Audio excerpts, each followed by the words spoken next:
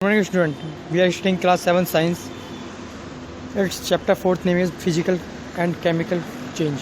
Okay, we already discussed its first page in previous video.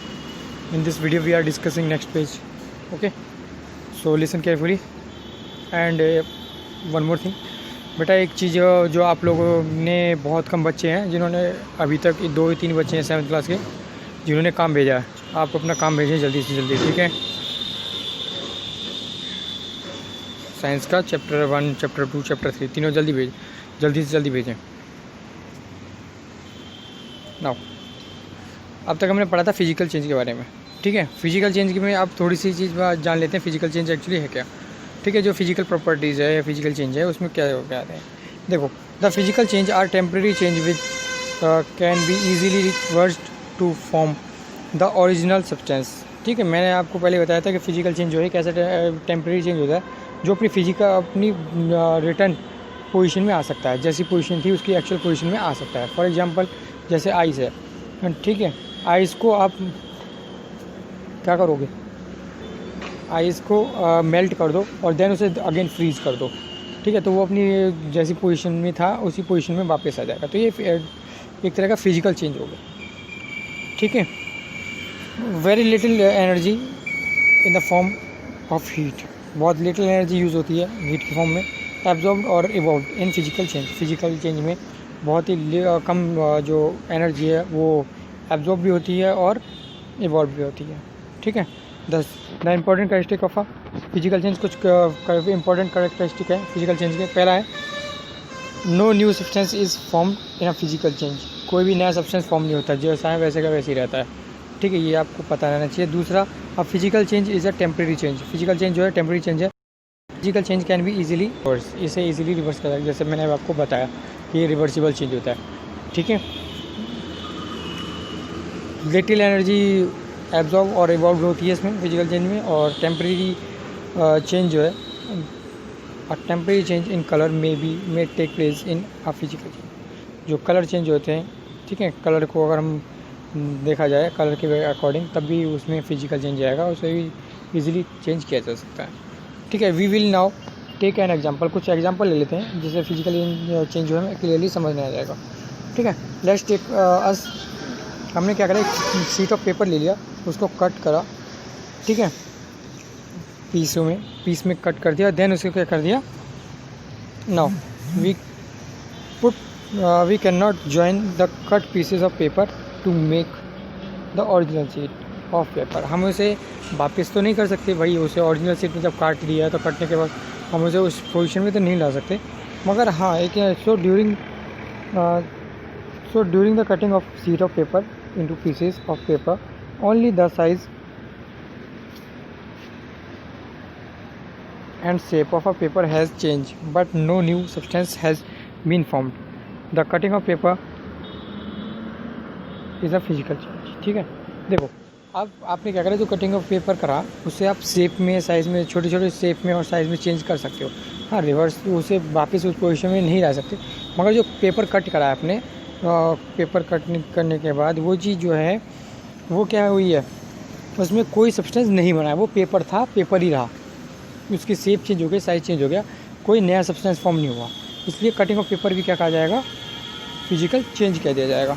कुछ और example ले लेते हैं फिजिकल चेंज के, जैसे मेल्टिंग ऑफ आइस, मैंने आपको अभी थोड़ी देर पहले बताया था मेल्टिंग ऑफ आइस के बारे में, ठीक है। ऐसी बॉइलिंग ऑफ वाटर, और ये आपके कुछ एग्जांपल्स दिए हैं, जैसे condensation of steam, evaporation of water, ठीक है, condensation of water vapour, cutting of cloth, breaking of a chalk stick, conversion of chalk stick into chalk dust, ठीक, breaking of glass tumblers and so on. जो भी आपके जितने भी इसमें examples दिए हैं वो सब एग्जांपल्स हैं किसके,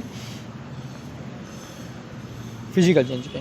नाउ अब हम बात करते हैं पहले melting of ice and freezing of water. मैंने अभी आपको इसके बारे में पहले ही बताया था कि मेल्टिंग ऑफ आइस क्या होता है, कि हमने क्या करा, take some ice in a beaker and keep it aside from for some time. आपने क्या करा, एक फ्रीजर में से बीकर में आइस ले ली और उसे कुछ टाइम के लिए रख दी। We will see the ice melt. आपने को कुछ दिन मैं जैसे अभी आपको ये सारी एक्टिविटी हुई है जो मैंने अभी आपको थोड़ी देर पहले बताई थी कि आपने क्या करा, आइस निकाली किसी बीकर में, आपने बीकर में उसको रख दिया, ठीक है। कुछ टाइम तक आप उसे रखोगे तो आप क्या देखोगे कि नहीं तो आप अपने घर पे प्रैक्टिकल कर सकते हैं इस चीज़ का कि आपके घर में, सबके घर में फ्रीज़ होंगे, ठीक है। मोस्टली बच्चों के फ्रीज होते हैं, ठीक। आप क्या करना है, आपको क्या करना है, एक फ्रीज में से बर्फ़ निकालनी है या किसी बीकर में या गिलास में, और कुछ टाइम के लिए उसे रख देना, ठीक है। जब आप देखोगे तो वो जो आइस जो है धीरे धीरे मेल्ट होती रहेगी। मेल्ट होने का मतलब वो वाटर फॉर्म में, लिक्विड फॉर्म में आ जाएगी, जो कि वो क्या होगा, वाटर होगा, ठीक है। इसी तरह से आप क्या करोगे, वाटर को लोगे, ठीक है, एक बीकर में, और उसी बीकर को आप फ्रीज़र में रख दो। तो आप क्या देखोगे, उसके बाद कुछ टाइम बाद, 1-2 घंटे बाद आप देखोगे कि वो जो बीकर है, बीकर में जो वाटर था वो जम जाएगा, किसी फॉर्म में आ जाएगा, आइस की फॉर्म में आ जाएगा। देखा है ना। तो ये एक प्रैक्टिकल है जो आप बेसिकली कर सकते हो अपने घर पे, ठीक है, रेफ्रिजरेटर, ओके। तो इसमें भी कोई चेंज नहीं हुआ है क्योंकि ये भी एक क्योंकि कोई नया सब्सटेंस फॉर्म नहीं हुआ है इसमें, ठीक है। आइस मेल्ट हो गया, वाटर बन गया, वाटर मेल्ट हो गया, आइस बन गया, तो ये रिवर्सिबल प्रोसेस हो गई, ठीक है। इसलिए ये क्या हो गया, फिजिकल चेंज हो गया, ओके। नाउ अगेन आता है volume of water and condensation of steam. ये भी आप लोग अच्छे से जानते होंगे वॉल्यूम ऑफ वाटर और कंडेंसेशन ऑफ स्टीम के बारे में। तो देखो कंडेंसेशन ऑफ स्टीम, इसमें भी यही लिखा हुआ है कि आपने क्या करा, एक हार्ड ग्लास में एक बीकर होते हैं, प्रैक्टिकल लैब्स में ज़्यादातर बीकर्स लिए जाते हैं, और वो बीकर इस टाइप के होते हैं कि वो उनका जो ग्लास होता है हार्ड होता है, जो उससे ईजिली आप उन्हें हीटअप कर सकते हो, ठीक है। उसके अंदर का मटेरियल हीट करा जा सकता है। तो उस बीकर में आपने क्या करा, वाटर लिया, वाटर को स्टोव के ऊपर रखा, बर्नर के ऊपर, स्टोव के ऊपर, ठीक, स्टोव के बर्नर के ऊपर रख दिया। देन रखने के बाद आप क्या करोगे कि आप ये नोटिस करोगे कि वाटर जो है जब बॉयल होगा तो उसमें से क्या होगा, इवेपोरेशन प्रोसेस स्टार्ट होगी। मतलब वाटर जो है धीरे धीरे भाप बन के उड़ता रहेगा। देखा होगा आपने भाई, आप लोग घर पे, आपके घर पे दूध गर्म होता है, चाय गर्म होती है, स्पेशली पानी भी सर्दियों के टाइम में गर्म होता है, तो पानी जो है इवेपोरेट होता है, और जितना पानी इवेपोरेट होगा, ये सब चीज़ वही है कि उसके मॉलिक्यूल्स जो हैं वो क्या होंगे, इवेपोरेशन में आ जाएंगे, मॉलिक्यूल्स फास्ट हो जाएंगे। देखो यहाँ पे भी लिखा हुआ है,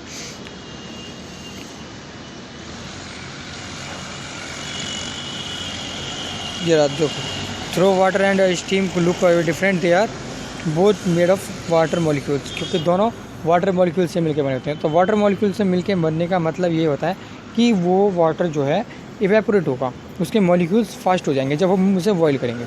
तो जब बॉईल करने पे उसके मॉलिक्यूल्स, वाटर के मॉलिक्यूल्स फास्ट हो जाएंगे, तो वो किस में कन्वर्ट हो जाएंगे, स्टीम में कन्वर्ट हो जाएंगे। और स्टीम को आप, ये प्रोसेस कौन सी होगी, इवेपोरेशन प्रोसेस होगी, जब वाटर जो है किस में कन्वर्ट होगा, स्टीम में कन्वर्ट होगा, मतलब बॉइलिंग करके।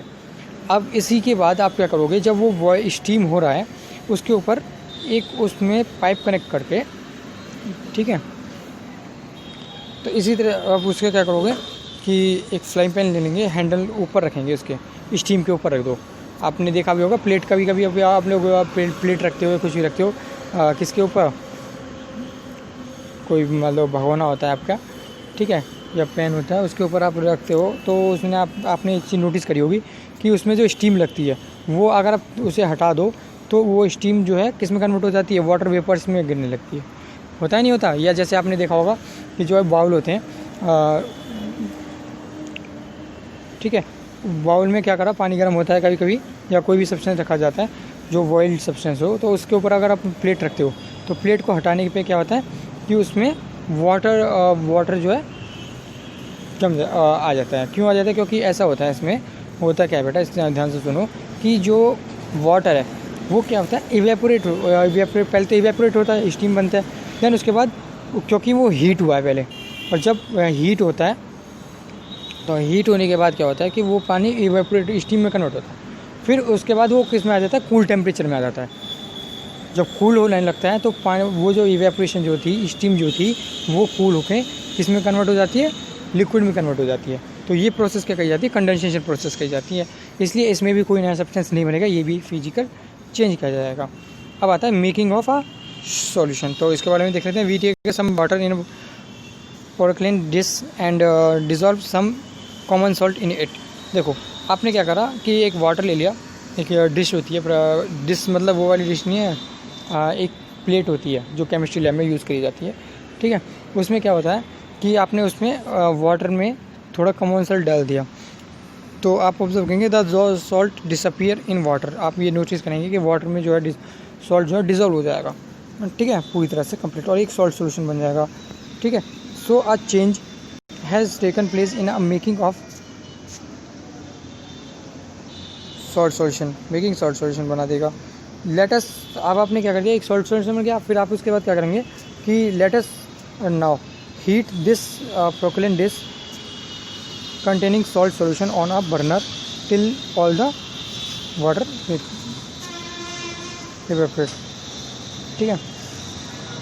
आप क्या करेंगे इसमें कि आपने वो प्रोक्लेन जो डिश थी वो उसको किस पे रख दिया, बर्नर पे रख दिया, और उसमें जो सॉल्यूशन था, वाटर सॉल्ट सॉल्यूशन था, उसको वार्म अप कर दिया, बॉईल कर दिया। तो आप ये एक नोटिस करेंगे कि जब वो पानी पूरी तरह से उड़ जाएगा, मतलब इवेपोरेट हो जाएगा, वो पानी जब पूरी तरह से इवेपोरेट हो जाएगा, मतलब उसमें पानी नहीं रहेगा, पानी की एक भी बूंद नहीं रहेगी, तो आप एक चीज़ नोटिस करेंगे कि उसके नीचे जो प्रोक्लेन डिश है उसकी सतह पर, ठीक है, सॉल्ट जम जाएगा, ठीक है। क्या जम जाएगा, सॉल्ट जम जाएगा, ओके। अब कॉमन सॉल्ट तो जम गया, वो पाउडर जो है जम गया उसमें भाई। अब इसमें भी कोई सब्सटेंस नहीं बना, क्यों नहीं बना, क्योंकि हमने पहले सॉल्ट ही डाला था, अब सॉल्ट ही निकल के आ गया हमारे पास, तो वो भी सब्सटेंस क्या आ गया, ये भी क्या हो गया, फिजिकल चेंज नहीं हुआ, फिजिकल चेंज हो गया। क्यों हो गया, क्योंकि इसने भी कोई सब्सटेंस नहीं बना। ऐसी ब्रेकिंग ऑफ ग्लास टम्बलर की बात की जाए तो when glass tumbler break it form many pieces. जब ग्लास जो है गिर जाता है तो कई पीसेस में टूट जाता है, ठीक है। हर ग्लास का जो टम्बलर है उसको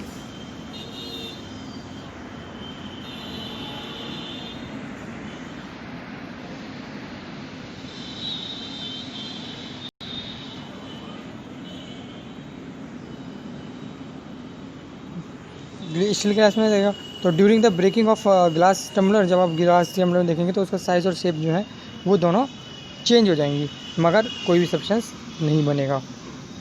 now new substance has been formed, substance form हो जाएगा। The breaking of glass is a physical change.